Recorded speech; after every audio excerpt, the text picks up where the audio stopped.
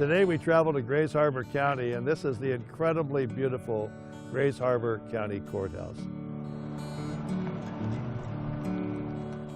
Built in 1911, this was Chehalis County, and at the time one of the wealthiest areas of the state, with shipping and commerce and trade and agriculture, you name it.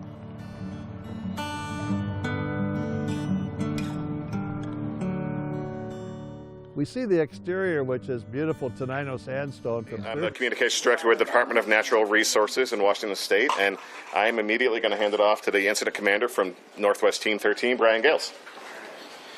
Good morning, everybody. Thanks for joining us today. As was said, Brian Gales, Incident Commander for Northwest 13. Happy to be here to give an update on the fire situation on the Burdoin Fire here in Klickitat County. Our team arrived on Sunday evening, did a hot handoff, quick turnover on Monday morning at 0600. Current fire size is 11,249 acres, 13% contained. Approximately 900 folks, firefighters on the line. That's hand crews, engine crews, aviation assets, all working together to minimize the footprint of the fire, minimize impacts to the values. Values at risk are the communities, community infrastructure, you know, the electricity, water, etc. Other priorities for us are private lands, timberland, tribal lands, those type of things. So our folks are working on going direct with fire line control perimeter around the outside of the fire, continue to do structure triage and assessment, and picking up new initial attack fires like we did last night that quickly grew to 52 acres just northwest of Klickitat. With that, I'd like to recognize the folks that have been involved in the incident. I had delegation of authority from 8 different entities, 4 of those within Klickitat County, the Forest Service, the DNR, the host agency, the BIA, as well as, I am missing one other, DNR, BIA, Forest Service, and then the other, local government entities. I will say that our folks were able to do a structure triage for loss and damage. Yesterday completed that. There are 44 structures unofficially that we were able to identify that were lost in the fire footprint. We're working diligently with the homeowners through the county emergency management officials to get folks in and start the recovery process. The Sheriff's Office, Klickitat County Sheriff's Office, has been instrumental in helping us with evacuations, with working with the public, with keeping people out of the fire environment. Washington DOT, incredible with keeping Highway 14 being closed, Highway 8 and 142. Big deal with commerce going in and out, traveling through the state, so that is a disturbance obviously to everybody. We're working as quickly as we can with Washington DOT to get those reopened and allow for some normalcy. That'll continue for the next 3 or 4 days. We'd also acknowledge the Red Cross and their effort to support the citizens, over approximately 1,000 folks that are currently evacuated. Red Cross is helping us to assist those individuals. With that, I'm going to turn it over to the governor, and I'll take questions at the end. Thank you very much. Oh, that's right. Sorry. No. Dave, it doesn't matter, but you want to go next, Dave? Yeah, sure. Good morning. My name is Dave Upthegrove, Washington State Commissioner of Public Lands, and in this role I have the responsibility of leading the agency that oversees wildfire prevention and response here in Washington State. I'm here first and foremost to uplift and express my gratitude to the folks who are out there on the fire lines and leading this incident command. This is a DNR fire, but the work that's being done is multi-jurisdictional, and I want to thank the Brian Gales and the whole incident command team, as well as the folks who did the initial attack. There's a lot of partners working really hard, from the leadership at the Department of Natural Resources, and we have with us today our state forester, George Geisler. We have our wildfire division manager, Russ Lane, and our region manager, Scott McFarland, all on site today. The work these folks are doing is truly heroic. I think there's about 900 folks, maybe a quarter of those on the lines out there are from the State Department of Natural Resources. The Department of Natural Resources also is providing critical aviation support to this incident and are proud to do so. I think it's important for us to see these workers, recognize them, both the firefighters from all of the jurisdictions, as well as the support staff that make this all possible. And I know on behalf of the people of the state of Washington, we say thank you for the hard work they're doing. The other thing I'd like to talk about a little bit is the importance of prevention. We know that about 90% of wildfires in Washington state are human caused. And that means we all have a role to play to try to keep fires like this from happening in the first place. That means making sure your campfires are out cold to the touch. It means making sure that you aren't dragging cables behind your chains behind your vehicles that can spark, and to be careful and safe to make sure we reduce the impact of human activity that causes these fires. We also make critical investments in the state of Washington that help prevent and reduce the spread of these fires. The legislature has made investments in past years that allowed us to have these aviation equipment. We also have invested $500,000 in recent years creating fire lines around White Salmon, fuels reduction, and fire breaks. And this prevention and preparedness funding keeps us safe. It's a core function of government public safety. And we're going to be okay this year with wildfire response, but due to some painful cuts from the state legislature, if next year's supplemental budget does not restore some of that funding, we're going to see more fires like this, and they're going to be larger, and they're going to cost the taxpayers a lot more money in the back end. So as we reflect upon the ongoing challenges we're facing in responding and soon recovering to this fire, it's a good time to think about the importance of prevention and preparedness as well. We are really honored today to host the governor of the state of Washington. I think your commitment to coming here shows that you're committed to the entire state, and we value the emergency management division, and this is an all-hands response. Our response has been strong. The work that's being done by the leaders on the ground has been effective, and we really appreciate the governor being here. It's my honor to introduce the governor of the state of Washington, Bob Ferguson. Thanks, Dave. Appreciate it. Thank you very much. Thanks so much, Dave. Thanks to all of you for being here. First, I want to say, and Brian mentioned we'll be having Brian come back up to help answer questions, of course, with the team. But obviously, a number of Washingtonians have been really impacted by this fire, and so our hearts go out to them. We so deeply appreciate everybody who's helping those individuals. I think, Brian, you mentioned the Red Cross, for example, and many other volunteers and support staff who are just trying to make things as comfortable as possible for those Washingtonians who are under a lot of stress right now, and some facing some loss. And so we're very mindful of that. Number two, everybody here who's fighting this fire, we're just so deeply appreciative of the work that they do, the long hours they're putting in, the very difficult terrain that they're operating under. It's so deeply appreciated from the first moments the fire started to local folks, volunteers out there, and additional resources coming in, really from all around the country, is deeply appreciated. So, on behalf of the state of Washington, we just so appreciate those individuals and their sacrifice and their bravery in going out there to fight this fire. The only other thing I'll add, I think, is we had the chance to get a briefing, pretty detailed briefing, from the folks here who are leading the response, and it's my first summer as a governor. Okay, so my first time at a location like this, and so truly to see the level of coordination, the level of organization, the level of partnership, I'm not surprised. But I would want Washingtonians to know it's deeply reassuring to me as a governor to see that. Again, not surprised at the professionalism, but it's impressive. This is a big, complex operation, as you might imagine, but that came through loud and clear. So many agencies, so many governments. We have legislators here, we have local government officials, we have the responders, you name it. It's very, very impressive to see that level of coordination. One of the questions I asked was, hey, is there more that we can provide as a state to help on the resources? And it sounds like at this time, that they've got what they need, but obviously we're very mindful of that. We're in continuous conversation around that just to make sure they have all the resources they need. We appreciate that recent investments from the legislature are helping in responding to fire right now. But this is a reminder, as Dave said, of the need for those resources, and they're truly making a big difference right now as we understand it from the experts here on the ground. So it's a privilege to be here to interact and hear from the folks who are doing the hard work, protecting our communities, and it's just really, really deeply appreciated.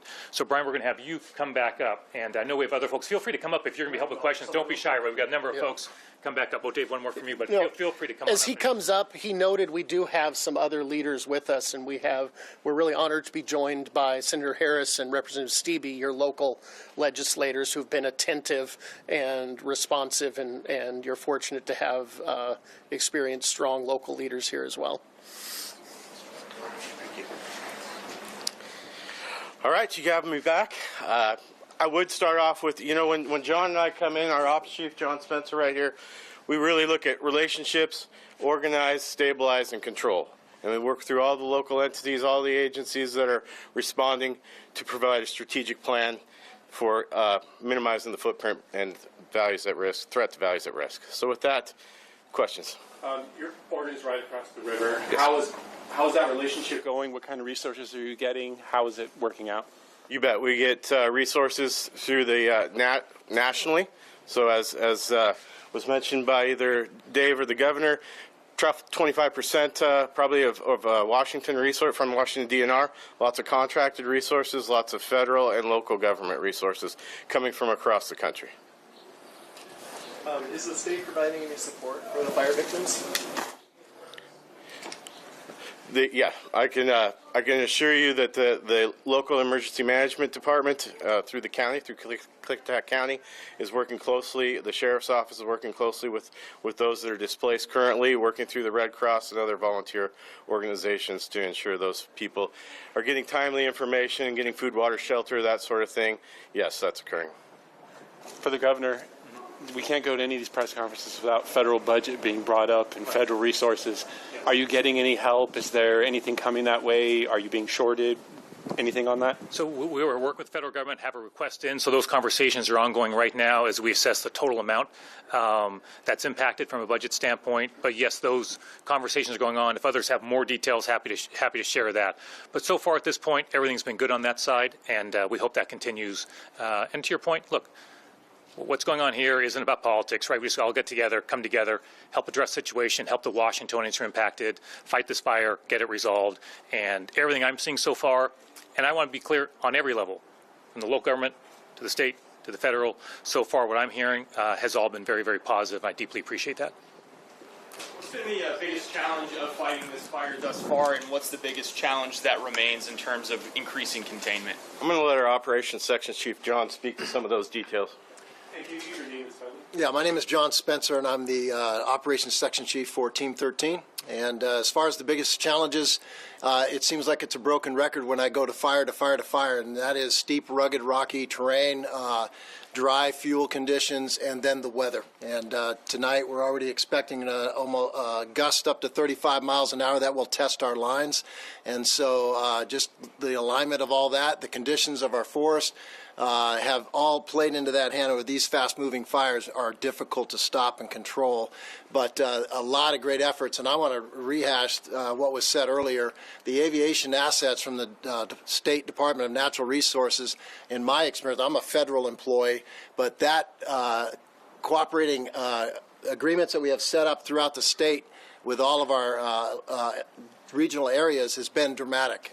That aviation support on this fire and others that I've been on has been fantastic in the last 2 to 3 years that has helped us catch a lot of these fires. I would like to add one thing to what John just said. You know, the 900 firefighters that I spoke to, those men and women, they are taking a great deal of short-term risk to go after this fire direct in those tough areas so that we don't have long-duration exposure to firefighters, to the community, etc. So kudos to those firefighters for being willing to engage in the areas where we think we'll have the highest probability of success, taking on that task and that responsibility to oversee doing those tactical operations to secure the fire line.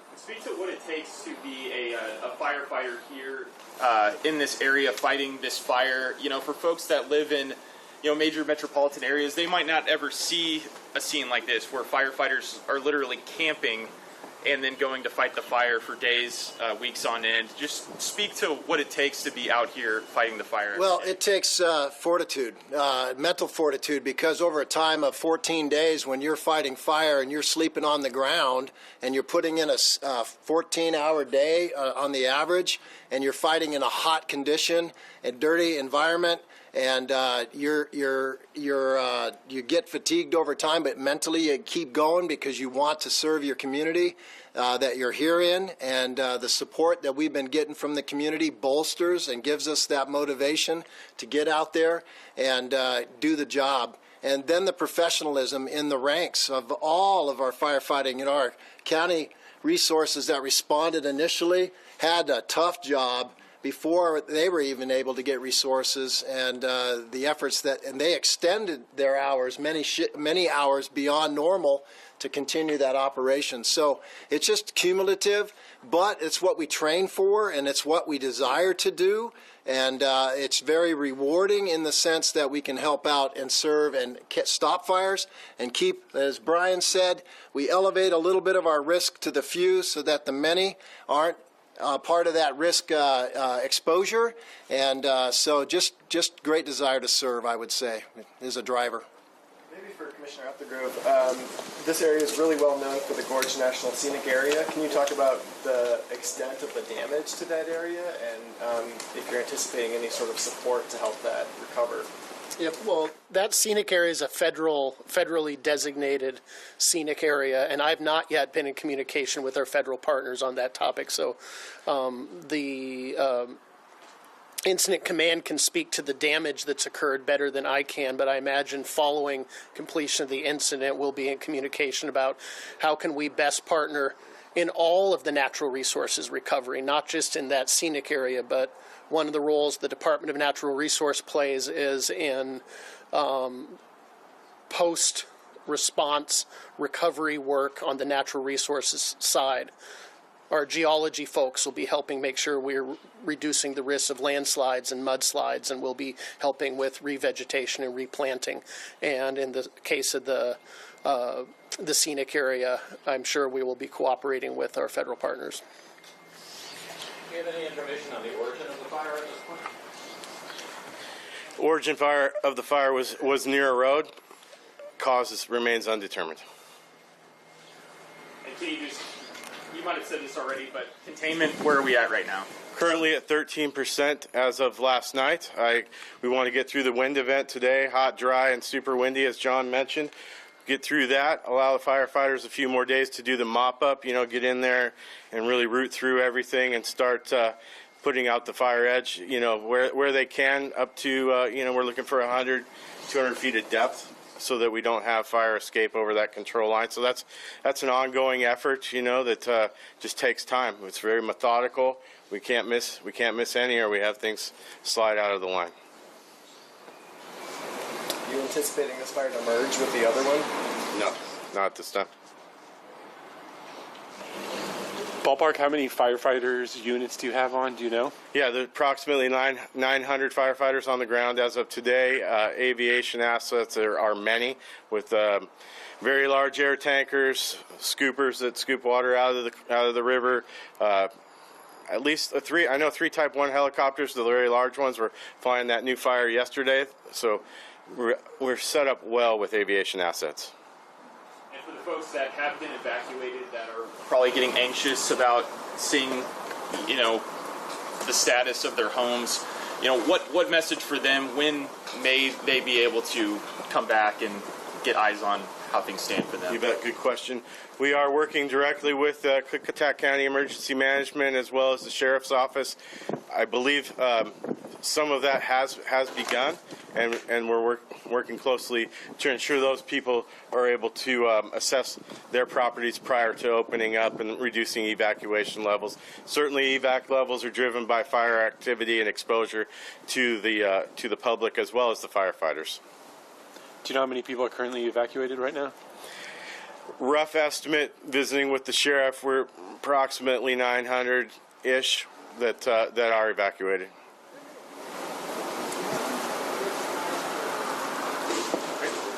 I guess only the last thing I'll just add is on